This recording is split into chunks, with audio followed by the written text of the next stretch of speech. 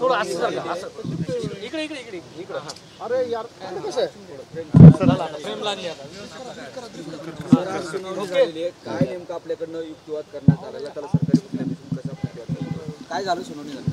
आजची तारीख डिस्चार्ज अर्ज आणि इतर काही मिसलेनियस ॲप्लिकेशन होते याच्या सुनावणीकरता होती.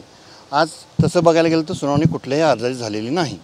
ना डिस्चार्ज अर्जाची सुनावणी झालेली आहे ना बाकीच्या अर्जांची. त्या सुनावणीला काही अर्जांवरती म्हणणं राहिलं होतं किंवा काही आमचे किरकोळ अर्ज जे आहेत त्याच्यावरती सरकारी पक्षातर्फे म्हणणं राहिलं होतं. काही कागदपत्र हजर करायची होती. ह्या किरकोळ ज्या बाबी होत्या गोष्टी होत्या त्या आज पूर्ण करण्यासाठीच तारीख होती आणि ती तारीखमध्ये आज त्यांनी काही कागदपत्र वगैरे दिलेली आहेत. आता मॅटर म्हणजे डिस्चार्ज अर्ज आणि इतर जे काही मिसलेनियस ॲप्लिकेशन आहेत किरकोळ अर्ज याच्या आर्ग्युमेंटसाठी रेडी आहे. असं म्हटले होते की पेनड्राईव्ह मिळाला नाही तो पेनड्राईव्ह हां म्हणजे जे आम्ही सुरुवातीपासून काही इलेक्ट्रॉनिक डिजिटल एव्हिडन्स म्हणत होतो ना तो त्यांनी आता सिलबंद लखोटे त्यांनी मेहरबान कोर्टात सादर करतोय असं म्हटले होते.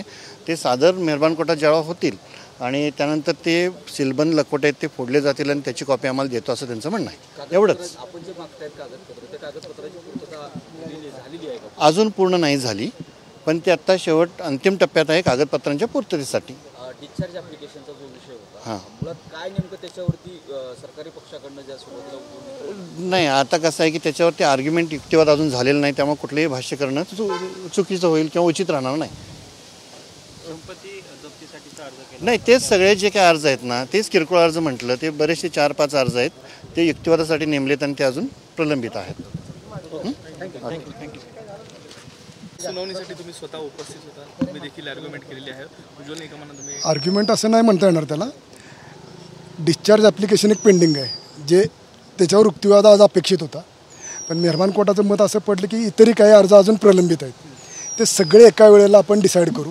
त्यामुळं असं ठरलं आहे की येणारी जी तारीख असेल त्या तारखेला हे बाकीचे जे जवळजवळ 3 ते 4 अर्ज आहेत ते सगळे डिसाईड करायचे आणि डिस्चार्जला जरा वेळ लागण्याची शक्यता आर्ग्युमेंटला त्यामुळे त्याच्या पुढच्या तारखेला डिस्चार्जला आर्ग्युमेंट होईल.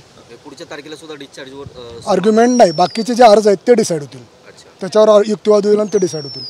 मालमत्ता जप्तीबाबत देखील त्यांनी या ठिकाणी तो अर्ज वगैरे ते सगळे अर्ज 17 तारखेला आर्ग्युमेंट होतील त्यानंतर डिसाईड होतील. सरकारी पक्षाने याला विरोध काय केला किंवा सहमती दर्शवली काय? सरकारी पक्षाचेच अर्ज आहेत की आमची प्रॉपर्टी अटॅच वगैरे व्हावी म्हणून आमचा त्याला विरोध राहणारच कायदेशीर विरोध राहणार.